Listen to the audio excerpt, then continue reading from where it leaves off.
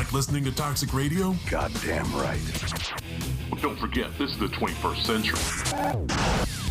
Join us in the social media world. You can find us on Facebook, Twitter, Instagram, and Pornhub. Pornhub? Ah, just kidding. Or am I? Toxic Radio. Get infected.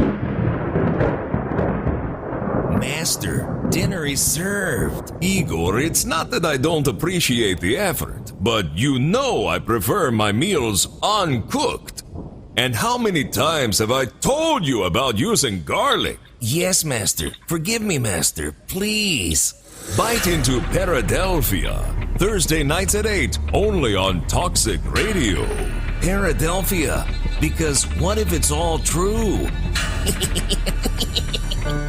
Hey guys, dating life gone pretty shitty? I find you so creepy, I think you should have to walk around with a bell around your neck. Finding yourself getting a little desperate for some female companionship? Alexa, tell me you love me. Hell no. You disgust me. What you need is to upgrade your style right now. The Toxic Store's got exactly what you need. Pick up some stylish gear featuring Deviant Gamer, Toxic Radio, and the Heavy Metal Happy Hour. Oh, yeah! You can find the store through the Toxic Radio app or toxicradio.net. Get in the game. Do I make you horny, baby?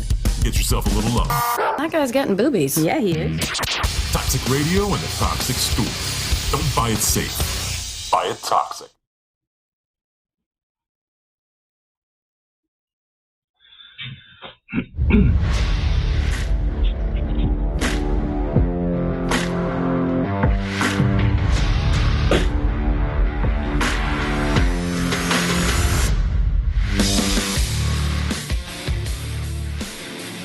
Hungry for Hope Nation. This is your host, Donnie Hart. We got a great show, man. Let me bring on Yianni the Greek, my co-host. Yianni. How's it going, everybody? Greetings from work. That's right.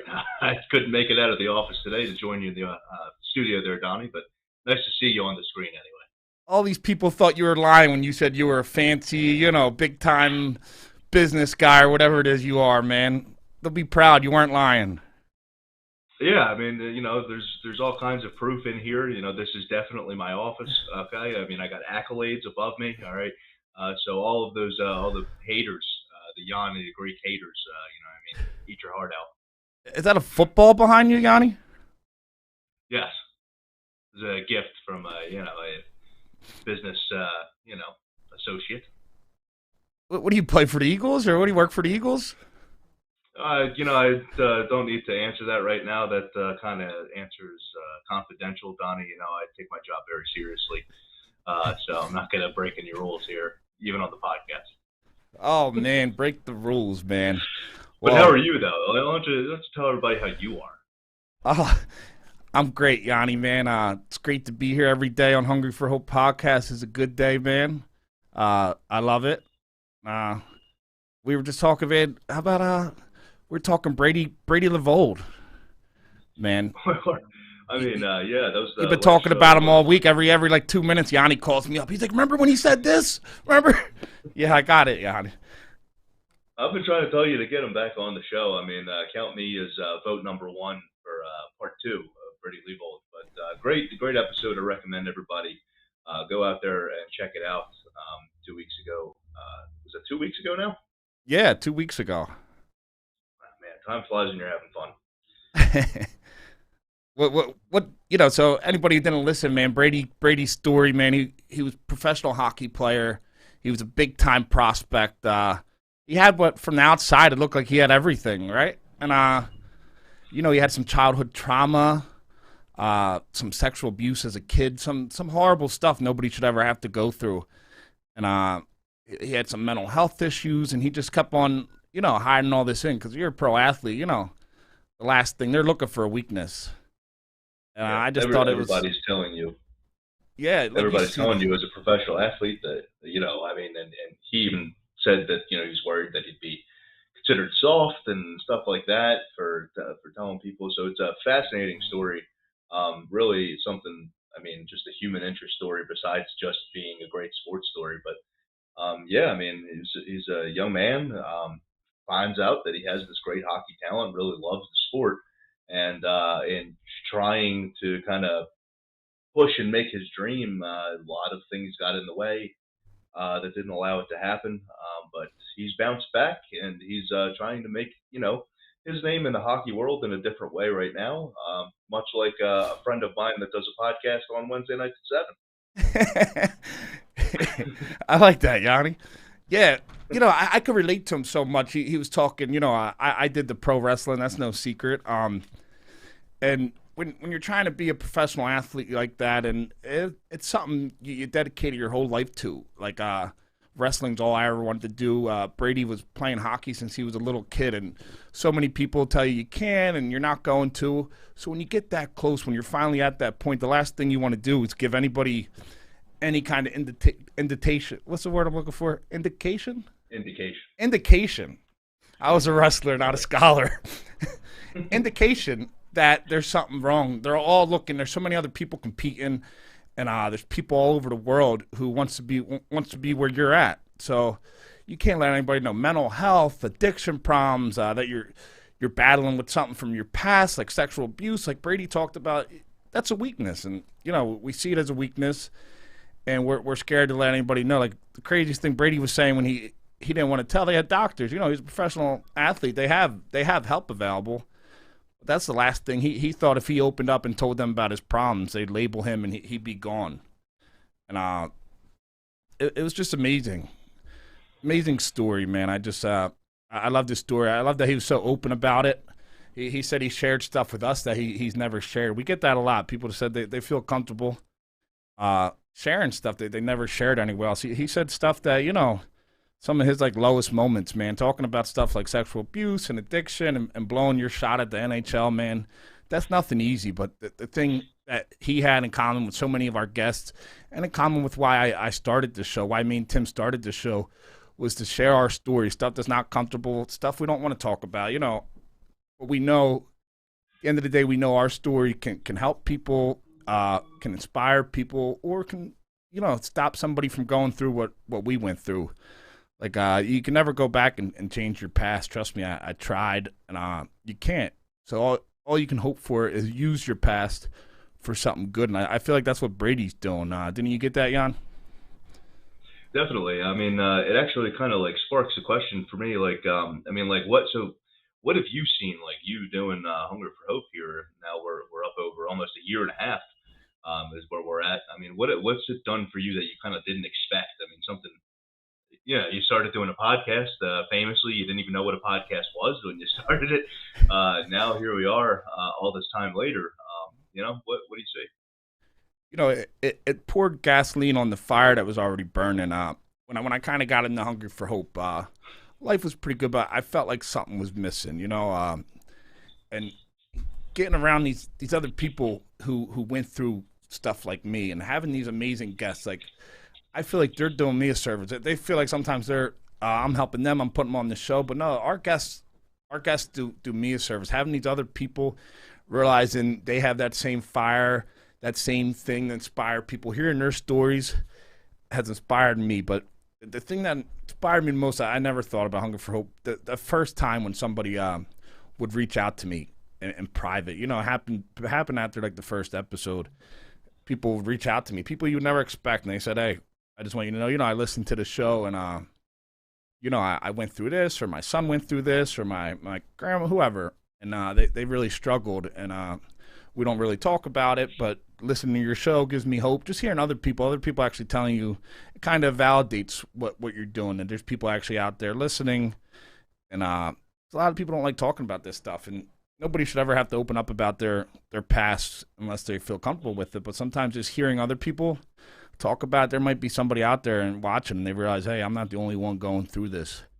So just having people validate that there's actually people listening. There are people who your story can change, man. It just burns the fire. Just makes me want to do more and more to inspire these people, to help these people. Like I said, I can never go back and change my story, unfortunately. But I can use that story. I can change how I use that story. I can use that story instead of hiding that story. I can use it and to inspire other people. And I think that's what I've been able to do through Hungry for Hope. That's been the greatest thing about it. Yeah, I mean, you mentioned that talking about it, and it's got to be tough, kind of reliving every week almost for you now, reliving the worst time in your life. Um, right? It's something that most people want to bury it inside, put it in the past, and never thinking about it again, and just hope to be better. But for you, you actually use it. I mean, you've been able to use it, and just like Brady was able to use it, and plenty of our guests have been able to use their negative experiences, the lowest points in their life, for a roadmap for somebody who's right in the rut of that, right in the middle of that bad time, to use it as a roadmap to get yourself out and like, hey, look, you can actually end up doing this. I mean, one of the biggest things that I'm doing here on the show is, I mean, that I see these kind of stories, right? Not professional athletes and not famous celebrities, anything like that. I mean, but I see people who are struggling with addiction, struggling with whatever kind of maybe a mental illness that they're dealing with, that have a family to provide for and have bills to pay and stuff like that, and they're coming here to place a cast, trying to put that together, and you see how those experiences do affect them in their everyday life. I mean, I had people that tell me, hey, I mean, my status quo is that everyone's trying to screw me over all the time. So when I'm sitting there trying to, make some stuff happen for a freezer suit here or there or whatever, what I mean? Everyone looks at me like, okay, what are you trying to get out of this? Where it's like, no, man, we just want to help you get on your feet and, you know, do a little work here in the warehouse or out driving or maybe in the office or whatever the case may be. So that's something that we actually see in real life every day. I think those of you listening, watching, uh, think about it. Take a look around your workplace. A lot of those people are dealing with stuff that we talk about here on the show every week. Yeah, that's pretty cool that you've been able to notice that at your work. You deal with a lot of people and everything, and it's Mhm. even though you might not gone through similar stories as some of our guests, but we all went through something, and you deal with these people. You're in a leadership role. You have a lot of people under you. You guys have over 100 people there, and I feel like it definitely has helped you in that part. And it's just like crazy. I think I was telling you we were at the Eagles game, tailgating, and a couple weeks ago, and I remember like somebody coming up. I mentioned to you, somebody came up to me, and I kind of knew who they were, but like I didn't know them, and they came up to me and they were like, I don't know if you know who I am. And I'm thinking in my head, this guy's a police officer. I know who he is. He's a local police officer. I know exactly who he is. And I'm like, oh, what did I do? What is this guy? And he just comes over to me like private while I'm at the Eagles tailgate, and he just like, I don't know if you know me. I'm so and so, and I just want to tell you, I listen to your podcast, and this episode is like, I really love what you're doing, and that's all. And I was just sitting there like, what? I was waiting for like the handcuffs to come out, but it was pretty cool. I think it brings people from different worlds, because these issues we talk about, they don't discriminate. So there can be people at the lowest or the highest who deal with people with these problems, mental health, addiction, people who've gone through sexual abuse, all that stuff. But I think that was pretty cool just to, see somebody who you probably wouldn't want to be around years ago, and them come up and say, that they listened to your show. I thought that was something different. That is cool. I mean, so one of the things that we didn't actually get to talking to Brady about is kind of how he is now and who he is now, and this is why, Donnie, that I keep saying I would like to have him back on the show just to keep talking to him about this stuff. Is that in that Sports Illustrated article that we read before the show, he says that he's still dealing with some addiction issues, and he's still dealing with problems, and he kind of has some ways of coping right now. Again, I don't want to spoil it just in case he ever does come back. I want him to tell the story because he's a phenomenal storyteller, and had us on the edge of our seats there during that show. But just wanted to ask kind of, do you still deal with that kind of backlash? I mean, talk about your experiences still dealing with that trauma and that those issues. Yeah, man. Just because you get away from like even my story, you figure out 2015. What are we in now? Almost 2022. So 2015's the last time I was ever arrested or in trouble at all. Never had a parking ticket since then, a littering ticket, nothing, zero. 2015. Now we're talking what 7 years later, just about. And unfortunately, just because you're doing good in life, sometimes I still gotta face the consequences that I don't want, and they're not easy, man. It sucks sometimes, but and stuff like that can get you down. Like how Brady was talking about, he got his life back. It's been a couple years now, but what did he say? He didn't get he don't have a relationship with his kids yet. Is that what he mentioned, Jan? Yeah, I mean, and that's got to be tough because again, hearing him talk, you can tell he cares. You can tell he wants to be involved, and his past. I mean, listen, rightfully, the mother has her right in being skeptical. But certainly it's got to be tough for him. Yeah, absolutely. And there's sometimes why people things like that, not having his kids back. Somebody can say like, "Hey, I've been doing good for 2 years. I still didn't get my kids back. This is all for nothing. F this. I'm gonna go back to my old ways." That's easy for people to do, especially somebody who's seen so much trauma and people who've been through so much. But you put in years and years of destruction to your life. It just can't like change. Like even this past week, it was one of the hardest weeks I had in years because I had to sit home and because of my legal trouble, I'm not allowed to leave the country.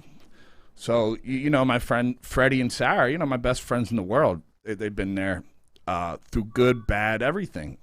They visited me when I was locked up, and their wedding. I was supposed to be in the wedding, and I couldn't go. There's nothing I could do. I couldn't go. I thought about it, and so I had to sit home while my best friends were celebrating their wedding, all because of mistakes I made 7 years ago, but there's nothing I could do, and it hurt. It still hurts. And them kind of pain, them kind of feelings can cause people to, go back to their old ways. But I always keep in perspective, why I'm doing this and where I was and where I'm at. There's just some things I just can't change. Nothing I could do. It sucked every minute. Watching your best friend celebrate. One of the greatest moments of their life, and you're watching videos on your phone. You can't be there. Yeah, having to see it on Facebook. Yeah, it hurt, man. Lot of emotions that before I would try to mask and stuff, but now today I open my arms. Not I deal with them. It's not easy, like I said. This never gets easier.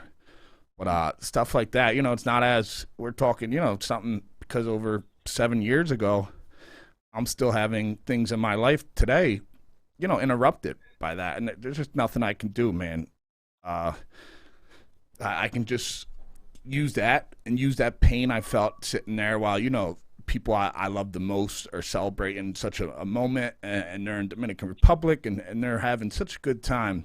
I just use that pain and that disgust in myself that I wasn't able to be there to drive me to even better things in the future, to keep on doing good. So I never had to keep on feeling that. That happens like that.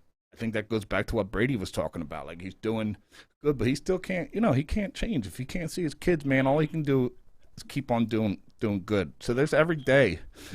Sometimes you have to still answer to your past, and it's not nice, man. Keep proving yourself, right? Keep proving himself, and you have to keep proving to the world that like, no, I'm gonna be changing.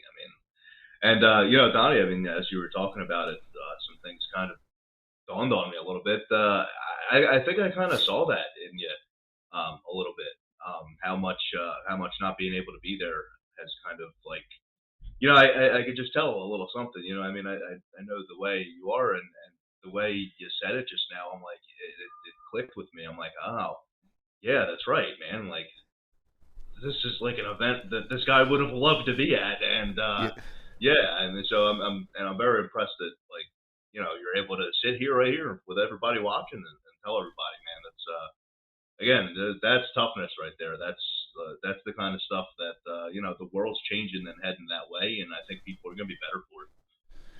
Yeah, just anybody who's watching, anybody who may listen to this, I just want them to know, you don't have to feel that pain I felt by not being able to go. You don't have to go down that same road I went down.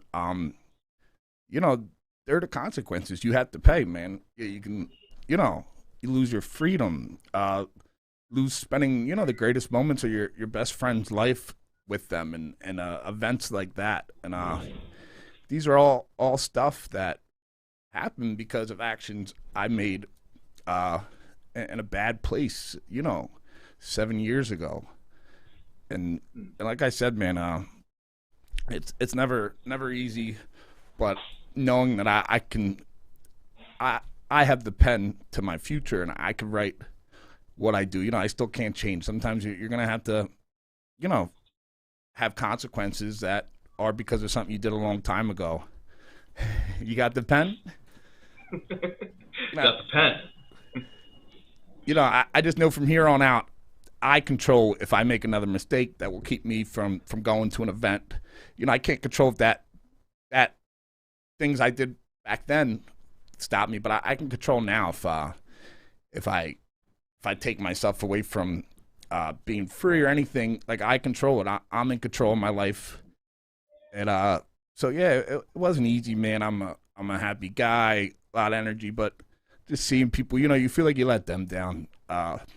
People who are there for you during your darkest times, and you can't be there because of the past of the past and the mistakes you made in your past. And it's a tough pill to swallow, but this is the direct result of our actions, and that's why we try to do this show. Because, like I said, I can't go back, and I can't change that. I could, trust me. I thought every option, everything you can imagine, and you think things like, how can I get there? Can I leave the country legally? But these just aren't the people I am today. You think anything, man. There's nothing you want to do. Get on a banana boat. Yeah, you get start on a thinking banana boat in Florida. Oh wait, you can't be in Florida either. No, just out of the country, and you start thinking these thoughts, and then you just gotta look at the bigger picture, man. Like, from here going forward, man. Like I said, I'm in control, but these are things just like, you talked about the Brady thing. Like, his kids, they might be like, why isn't Daddy seeing me? And he might be doing good, but he can't see him because of whatever reason. We don't know all that, but the mother. Sometimes they don't know. They just think, oh, maybe, he doesn't love them or something like that. But it's not that. I'm sure Brady would do anything to have that relationship with his kids, just like I would have did anything to be at my friend's wedding. Nothing I wanted it did, man. But, Yeah, I mean, she's probably just looking out, trying to do what she thinks is best for the children and everything like that. And that's her decision. It's completely her decision. Everyone is clear on that's what it is. And listen, knowing Brady or having met him and kind of seeing his work, I think he's working his way towards changing that decision. And I think at some point in time, he is going to get that reunion that he wants for with children. But Don, when something like this happens and it kind of reminds you of what has happened and the consequences, I mean, that's got to kind of bring in some bad days, you know what I mean? Where maybe you get into a dark place. So when that happens, what do you do to get out of it? You know what I mean? What do you do to cope with that bad day and get yourself back to straight line there? Like, that's what I tell people. You can be doing great in life. You're still gonna have bad days, man. And before, when I would have bad days, it would drive me. My mental health was just so out of it. Back 7 years ago, something little would happen, and I would just I think I was talking to my buddy yesterday. He's like, oh, I remember that night. He's like, you're upset, somebody canceled plans or something. Next thing you know, I'm just like so pissed off at a girl or whatever, and I take that and I just go down a bad path. Just something little can trigger like that, especially if you're dealing with mental health, addiction problems, and stuff like that. Thankfully, today, I've gotten that help. I was able to come to terms with a lot of my demons I battled in the past. So I'm more in control today than I was, say, 7 years ago. 7 years ago, it was me there, but it really wasn't. I was battling so much other stuff that I didn't really have control of my own life. But today, when it happens, it still sucks, man. You might sit there, you're going to get depression, whatever you want to call it. But I kind of just sit down and alone by myself, and I just think about the bigger picture. I never forget the bigger picture. Every day I wake up, I think about it. Every day before I go to bed, every day I go through something bad, I just think about the bigger picture. I think of where I was 7 years ago, how it felt, losing my dream job, professional wrestling, my freedom, being in maximum security jail, just lost my brother, and went through the hell that his death became, and all the frenzy that was, and how low I felt then, and how I could never imagine I'd be where I was today. So I always try to keep the bigger picture, why I'm doing this. I'm doing that so nobody has to feel that feeling I felt when I was sitting in there, feeling that hopelessness after losing everything. That's the whole thing. We've done this, Hungry for Hope, and we do what we do so we can maybe help one person not have to go through that, or maybe help one person who went through that realize that they can fight that, man. They look at me and they're like, oh, Donnie was where I was, and look, he's not there anymore. Maybe I can. That's what I kind of use. Not for me, sometimes we can't do it for us. We got to do it for something bigger than us. My brother, and for the other people who are struggling. I know my story is a lot bigger than just me. That's what I kind of use to inspire me on them bad days, because they come. It was pretty cool to see Kevin Hayes score a goal last night, first one since his brother Jimmy died. I know obviously that hits right home with you, and it's just kind of a cool coincidence. Obviously, devastating that Kevin lost his brother. I mean, he's a great guy, a great family guy. Everybody in the organization and really around the league loves that guy. But so it was really cool to just see him score that and point right up to the sky there. I know that was a big time moment for him, and certainly made me feel awesome, for him. And I did think about you, buddy. Yeah, man, that was crazy. Like, you knew my brother. My brother was good friends with your brother. I know you guys were at the game, and I saw that, and they kept on saying it. They're like, for his brother Jimmy. And, it was his first goal since his brother passed away. You're like, did I score? I thought I scored a goal. But stuff like that. And then watching him overcome that stuff, that even stuff like that, that's still, we never get enough inspiration. Like, I was reading his one quote. I posted something about it. He said, my brother Jimmy, he taught me everything I needed to know in order to succeed. I'll never forget the times we shared, the memories we made, and I know that I will try my hardest to have your legacy live on. Like them words hit me so much. And like when my brother passed, I went down. I tell people, you can go down sometimes. It's like a fork in the road when you have something bad like that happen in your life. You can use it to drive you to great things, or you can use it to drive you to bad things and put you in a bad place. And I went down both roads. I just like to do everything. So I went down, checked it out, and, kept on going a little bit, kept on going. And, see what it's like, yeah. Then came back and went down Maybe another. hit that gas a little harder, yeah. But like he says, like Kevin Hayes says in that, like, you taught me everything I need to know in order to succeed. Use that. Like, I would go back, instead of looking at like my brother, like he passed away so young, 29. I think, what was I, like 25 at the time? I was like, I had 25 years to have this guy as my best friend. He was more than just a brother. He was the closest person in my life. Not even close. Like, there was nobody even close to the relationship I had with him. He was there my whole life for 25 years. I thought all this stuff, you go back and you think of things they teach you. And then I think back like, man, was he like telling me this stuff? Because if there was a day he wasn't around, I might need to go back and use these. So anybody, losing a sibling, man, that Kevin Hayes and his words, man, they're inspiring. Like there's stuff people who we lost, they taught us stuff we might not even know. We just got to go back. I go through my brother's messages all the time. You would like them because they're all like fantasy football stuff from years ago I was going through. I go through his messages, maybe weekly. That's a cool thing about having the Facebook Messenger and other platforms. I go through and I read messages from 2014, 2013. And there's so much I can take away, stuff that he's taught me and stuff like that. Like it goes back to, them bad days when I am having a bad day, when I'm sitting there like, man, this isn't right, man. I've been doing good for 7 years. It's not fair. Why am I not, allowed to go to this wedding? Why can't I be there for my friends? And I go back and I think of how he would act and how he was the one who always helped me. Like he's the person I would have called and said, yo, I'm really in a bad spot. I can't do this. And he would give me that advice. I kind of try to think like him and go back, man. There's people, they left you. If you lost a sibling, a parent, think back to them lessons that they taught you. They're there, man.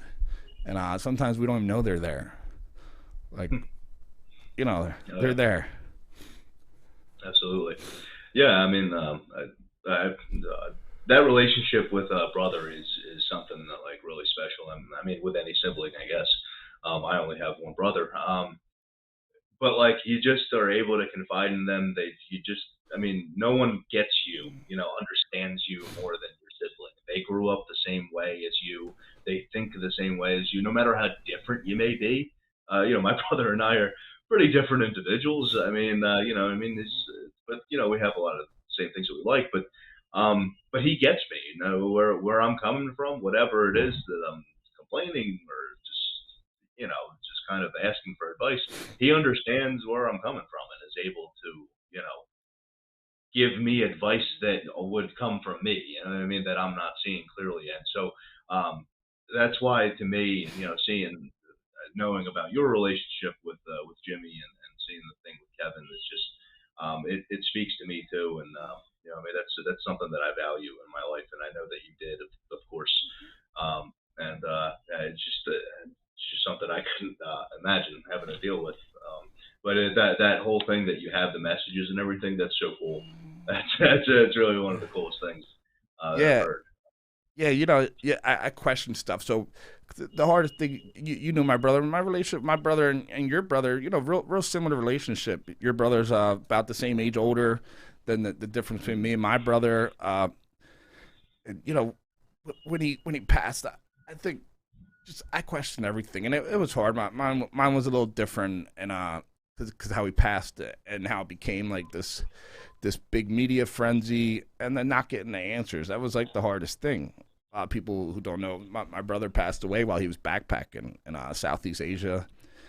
When I got that, I was the first one to find out. I'm doing pro wrestling. I'm wrestling Rick Steiner out in West Virginia, and I just got done. I still have the message from my brother like that day before, and I find out when I get to the arena that my brother died. I had to drive home 7 hours. I left that. I didn't wrestle, man. I got to the arena, the steps of the arena, and the promoter was actually meeting me, and I got the call right there in front of him and their champions. So there's this like huge guy with a belt, and the promoter who's paying me to come to West Virginia just got done driving 7 hours, and it's raining, and I'm sitting at the front of these steps at this arena out in West Virginia. I forget the town, and I get this call. Like right away, I get angry, and they're just watching. They have no idea what's going on. I think I punched something, and now my hand's bleeding, and it's raining. I'm outside, and then I just dropped to my knees, and I'm crying. Within them 7 hours, I had to get back in the car, and I had to tell my loved ones, about this. I was the first person to tell a lot of people. In that ride, I told myself, you can overcome this. He died. People die. It just happens. I can't change that. I knew that. I came to terms with the death part, and I was like, I can still use his memory. So I was like, kind of, in them 7 hours, I was like, I just got to help the people around me. The people I love, make sure they can go through it. I'm going to be fine.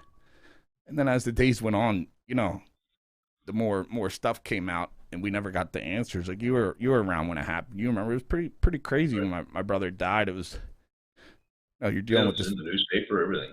Yeah, and I'm dealing with the media and everything, and I'm giving interview at the interview all over the world. These newspapers are coming, and then more and more, you're dealing with the government, and you just don't get the answers. I'm like, I grew up in America. I had to get answers.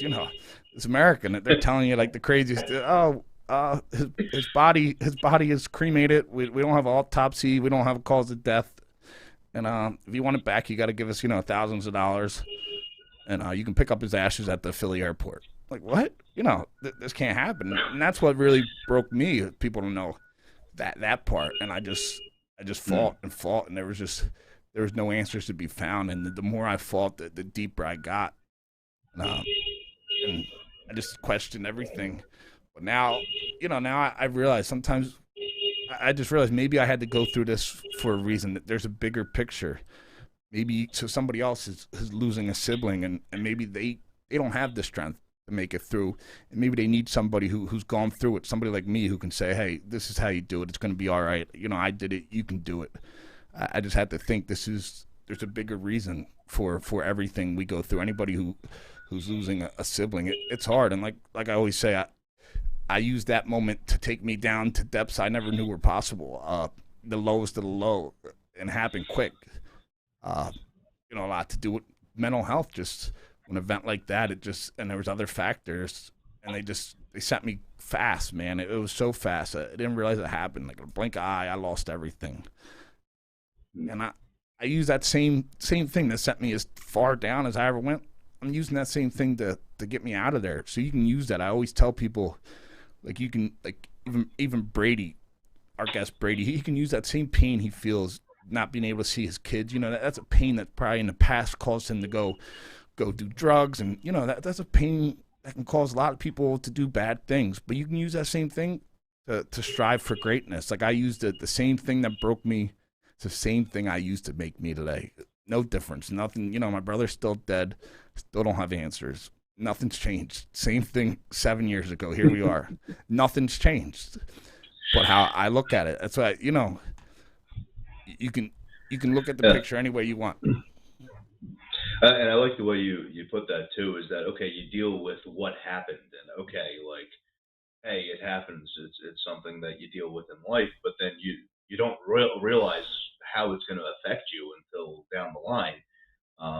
And where here we are, so many years later, and it's something that you still think about every day. I mean, that's just yeah, it really just speaks to kind of how humans, like work and everything like that. Where all you were thinking about at the time is, hey, let me go take care of like my family and my loved ones. I mean, they're gonna need me here, without even seeing that. Oh, this is gonna like really fuck me up for like a while. I mean, that was just the kind of person I am. The way you put that.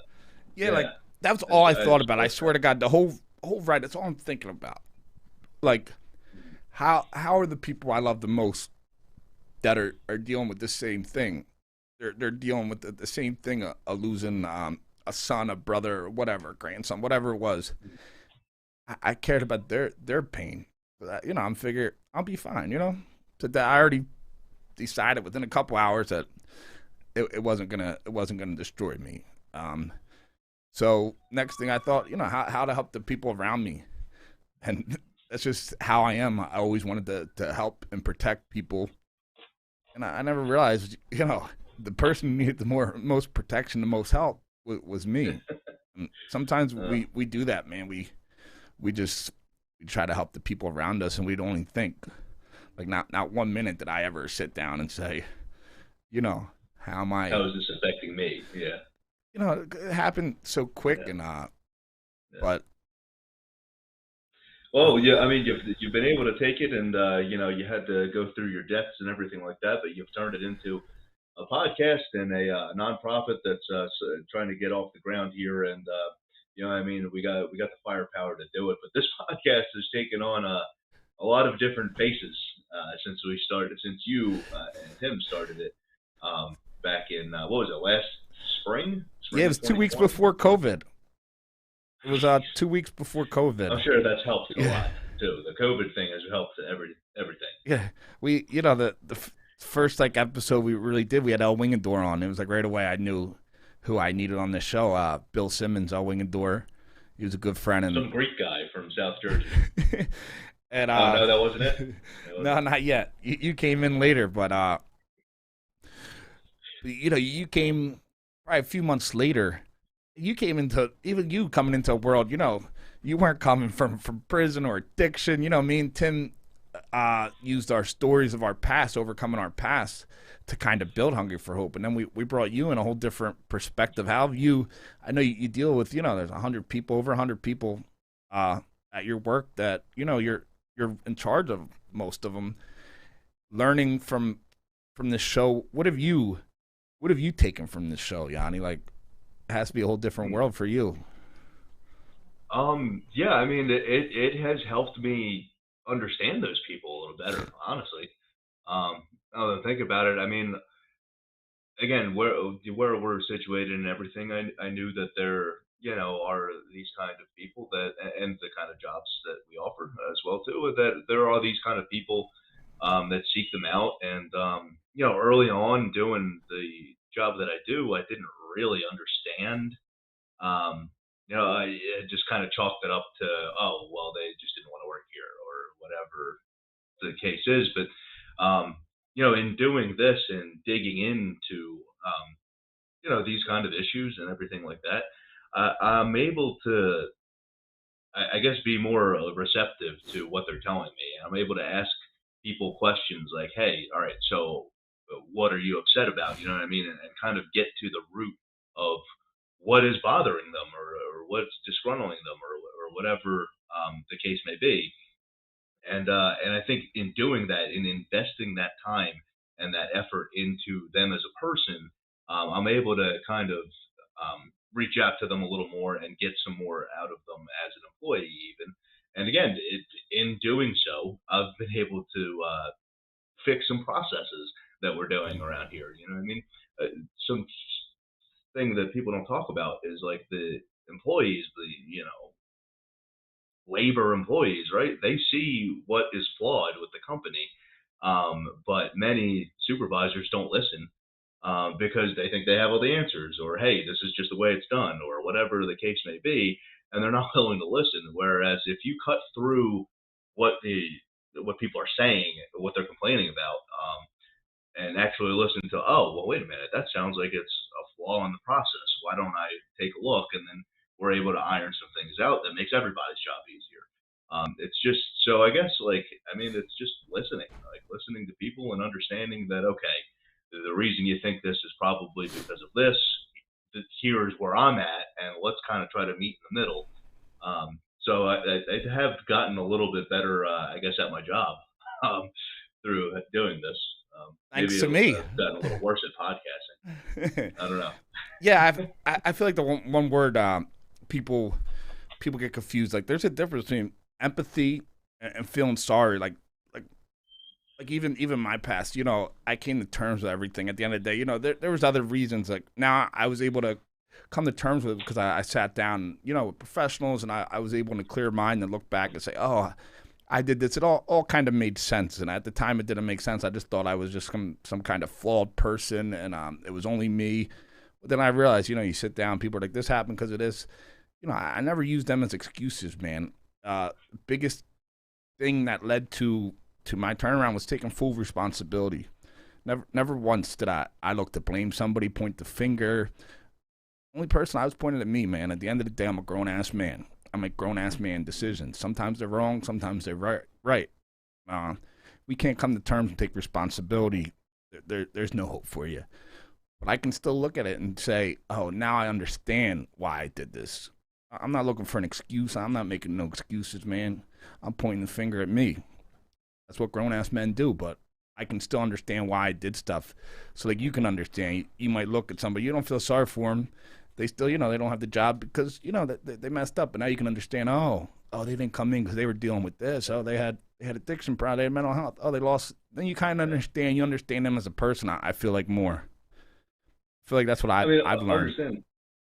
I can't, again, in my position, I can't feel sorry for people because it would affect, decisions that I make and everything like that. But just because I can't feel, sorry for them or be sad about their situation doesn't mean I can't learn something from it, and doesn't mean I can't understand them as a person and still try to help in some way.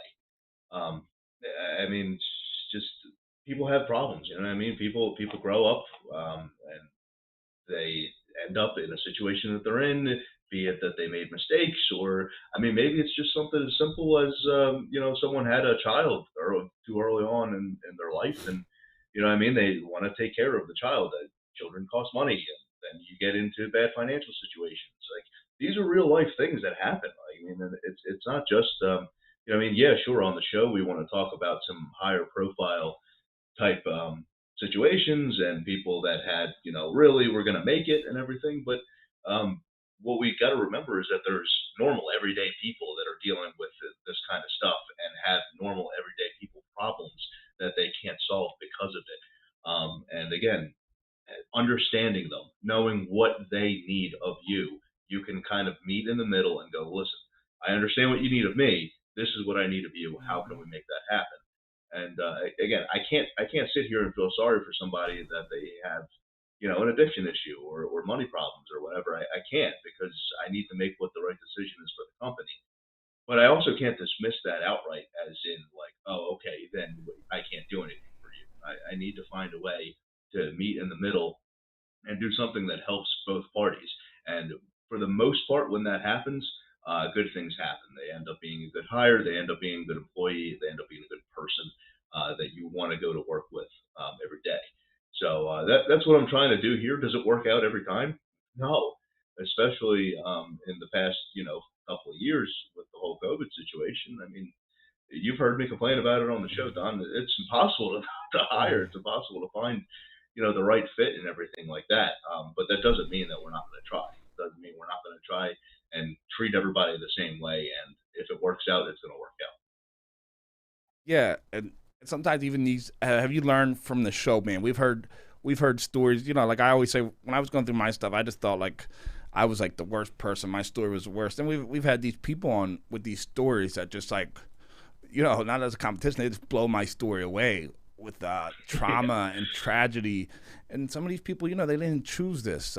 It was just tragic stuff that they couldn't have missed.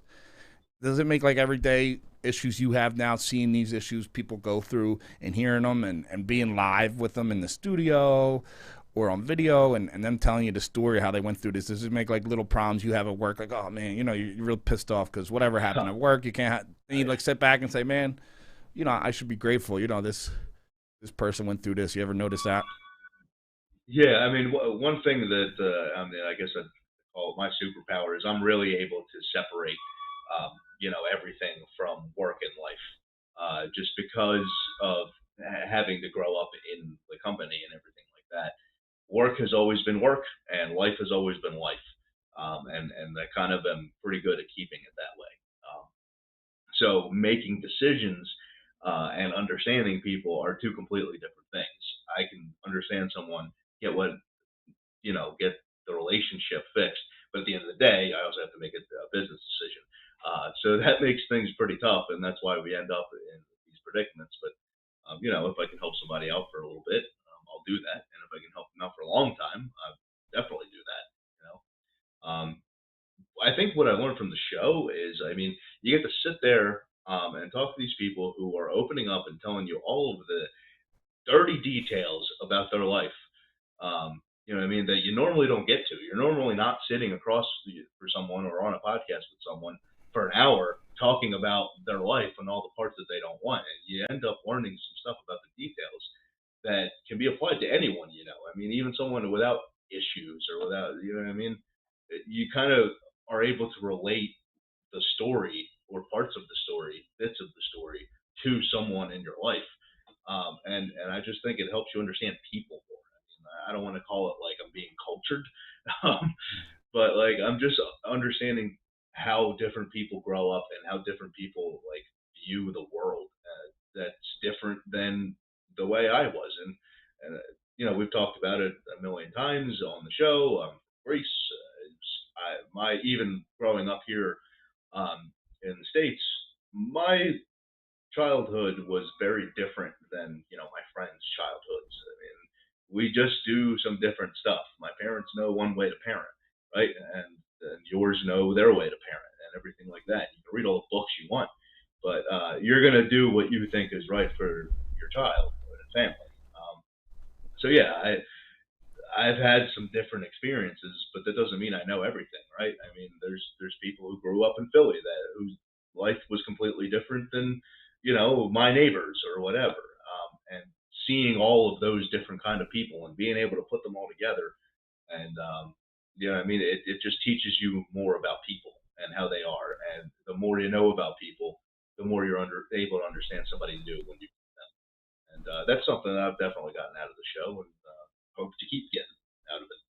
Yeah, absolutely, Jan. But I think like one of the big thing I'm sure you've noticed, we bring all these people from all over the country, all over the world, onto the show, and yeah, and they went through. We've had a lot of Canada people lately, and these are people who've gone through the worst thing possible. These are people who went through sexual abuse, addiction problems. They were homeless, they were in jail, gangs, shot, everything. We've had these people on, people who suffered horrible injuries, head trauma, stuff that have broken so many people, stuff that we look at and we think it's something that could break us. Like even my story, going through the loss of my brother and the circus that became the media frenzy after his death, and all the stuff I went through. It's stuff that could have broke me. But seeing these people, they come in and now they share how they went through this darkest moment, and they survived. They made it through.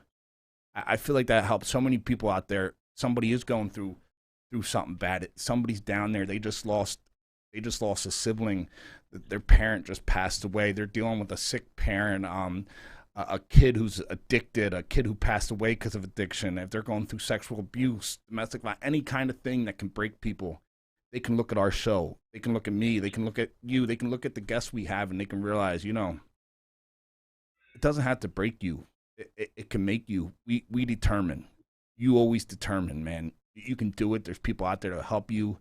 And I think that's the biggest thing. People, every week, they get to see somebody else who's gone through something crazy. Like I said, everybody has their different story. It doesn't matter I call this storm. It doesn't matter what the storm was. Storm could have been losing somebody to death. Could have been homelessness, addiction. It could have been all of them. It doesn't matter. Sometimes these storms get us in the same spot. We end up in that hopeless spot where we're at that rock bottom because life broke us for whatever reason. It doesn't have to be our fault. It can be your fault. It doesn't matter. And seeing somebody who went there, like, doesn't have to be the end for you. Like, rock bottom can be the beginning. And I feel like that's what we do by having these guests, and I'm sure that's what you've seen by these people sharing their remarkable stories. One of my favorite quotes, and I'm sorry, you're going to have to remind me of the gentleman's name, with the 7 pillars. Matt Hoffman. Yes, yeah, with the BMX biker. Tony Hoffman. Tony Hoffman, yes, thank you. The BMX biker. One of the quotes he said that Tony Hoffman, really went to the Olympics. He was a pro BMXer. Great story. Yes. Is that you don't have to hit rock bottom. You don't have to land on rock bottom. You can bounce off rock bottom. You can, and I like that. It was so simple, but you're good. I mean, you bounce off rock bottom, and then you start building back up, to your peak, I guess. So I just like, that stuck with me, even though, I mean, what's that show, over a year ago now, it feels like, but that's something that I think about. Yeah, he was amazing. Guys like Tony Hoffman we had on the show, and even a guy like Richard Jensen we had on. These are guys who use their worst moments, kind of like we're doing with Hunger for Hope. They use something that started at their lowest.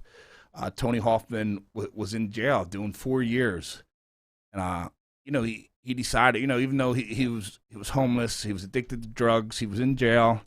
That he said dreams that nobody thought were possible.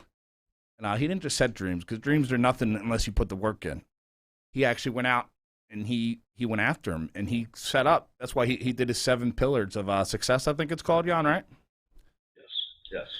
Yeah. So him and even a guy like Richard Jensen does to be a champion. They use how they overcame this horrible, how they got out of rock bottom. They kind of made like a blueprint for, hey, this is how I did it. And it's not going to work for everybody, but they used it. But it'll work for somebody. Yeah, Yeah. I remember everything he said. I remember the 7 pillars. I remember his quotes. I couldn't remember his name. Tony, I'm sorry, man. Yeah, Tony Hoffman, made, right before we had him on the show, he had a video that did like 10 million views. He was a superstar, and he gets paid to travel all over the world to tell his story. And like right away, I was like, can you come on? We're just pretty new show. And he's like, absolutely, whatever I can do to help people. He saw what we were about, what we were doing. And Tony jumped at the opportunity. He lives out, and I think he was in California at the time. We had him on video. But even a guy like Richard Jensen, he lived in Oregon. He came to the studio. He's like, I got to be in the studio. Dude, you don't have to come. He's like, I'm in Ohio. He's like, I can be in Newark, New Jersey tomorrow. How far are you from there? He's like, I want to be in the studio. I'm like, this guy's really going to, he's from Oregon. He's like, I got to be in the studio. My story, I felt a connection with you, he said, with Hunger for Hope. I feel like I got to be in that studio with you. And it made such a difference, man. I took him out to dinner after we went around, and like just hearing his story and hearing how, he was able to overcome. His story was the craziest one. Like 15 years of drug addiction, 7 years in jail, got out and became a national champion wrestler. But this is just the stuff. Did you drive a CDL truck? That's what you said. Like, what has this show done for me? I feel like stuff like that, man. It's just been amazing, and it can show. But even like I still struggling like this week. Like I said, man, it was a horrible feeling this week. Sitting home, man. Not being at your best friend's wedding. Your 2 best friends, both of them getting married, the most important moment of their life, and you should be there. You should be part of it. That's a horrible feeling. It's horrible, man. It was a feeling I haven't felt in a long time. But look, still fucking here. Still showing up. Still coming harder than I did the day before. And I don't put the brakes on, brother. I hit the gas, man. That was a horrible feeling. It sucked, man. Sick to my stomach. But I dealt with it. I was only able to deal with it because I came to terms with my past and the stuff that happened that kept me from going there.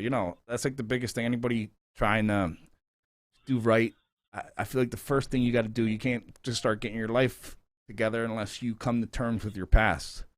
I feel like that's the number one thing we hear from all these guests. They understand why, and they deal with the internal stuff that brought them down. You can't just start fixing stuff.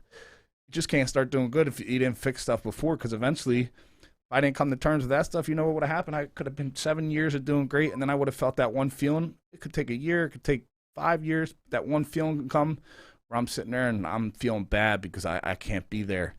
I can't be at my best friend's wedding, and it could take me back to, old behaviors, and it can put me back right where I was that quick. But now, I understand where I'm at and why I did what I did. Well, I'm sure when they come back, there's a big old bear hug waiting for them next time you see them. So that'll be after the honeymoon, I assume. But I know you'll take care of them when you do get to see them again. What else you got, Don? What's going on this weekend, man? What do you got? Yeah, that's just it, man. I just wanted to get that point across. Anybody, because the show, sometimes you just got to put how you're feeling, how you're going through, man. That's I know I love to do the positivity, but this show was basically the point of the show was to also highlight the worst moments, the bad moments. Because nowadays you see with Facebook, you see all this happy stuff, and even like when I remember, like people are like, "Oh, your life's awesome." People kept on right before I started doing the show for like a couple years. My life was getting pretty good. People are like, "Oh, you're amazing. You're doing this. You're traveling. Like you live the best life." And I'm thinking, because they see pictures on Facebook or something, and I'm like, I feel like I was doing them a disjustice because they don't know, how I got to this point, the bad days. You can't just highlight the good days without letting people know the bad days. So I just want people to know you can feel that that horrible feeling, but you can make it through it, man. You don't have to let your bad days break you. They can definitely make you use that pain you felt from whatever you went through. You use it to change not just yourself, but change the world. Because there's people out there who might be going through the same thing you're going through. People who are struggling, people at that rock bottom, and they feel there's no way out, man, no way out. But maybe suicidal, whatever they are, they feel there's no way out. And people feel that sometimes. They get in such a bad spot. Life knocks people down so far. But just know, man, it's not the end, man. It's not the end. You can get back up. There's people who've done it, people who've gone through it. We've had so many guests on here that me and Yianni and Tim have interviewed. We've seen it firsthand. I just wanted to share my experience this week with, that feeling. I still had to face my past, even though it's been 7 years. But I did it. I'm still here. Right, Jan? Yeah, man. I appreciate you, really getting in depth with it on this show. You know what I mean? You showed that side of yourself that makes this show go. So thank you for, I think I had put together a pretty good interview of Donnie Hart today. Even though we were kind of, going to do whatever the show, it turned into something that I got a lot out of, man. So nice job by you. And leaving with some hope, and let's get the hell out of here. Yeah, man. Nice job by you too, Jan. Thanks, man. It was a great show. Hungry for Hope Nation. Thank you, Hungry for Hope Nation. Yeah, I just want to leave anybody before we get off here. Our hour's up. We are out of here. I just want anybody going through any rough times, anybody who feels like there's no way out. There is, man. You can take that rock bottom and you can use it to be what catapults you to a new beginning, a new life. You're never, as long as you're breathing, you still got fight left in you. And there's people out there supporting you. There's people there for you. We'll fight for you even if you can't fight for yourself. But never give up. Always keep fighting. And just want to say congratulations to Freddie and Sarah. They're the ones that got married. It was awesome. And Hunger for Hope Nation, we're out of here. Congrats, Freddie.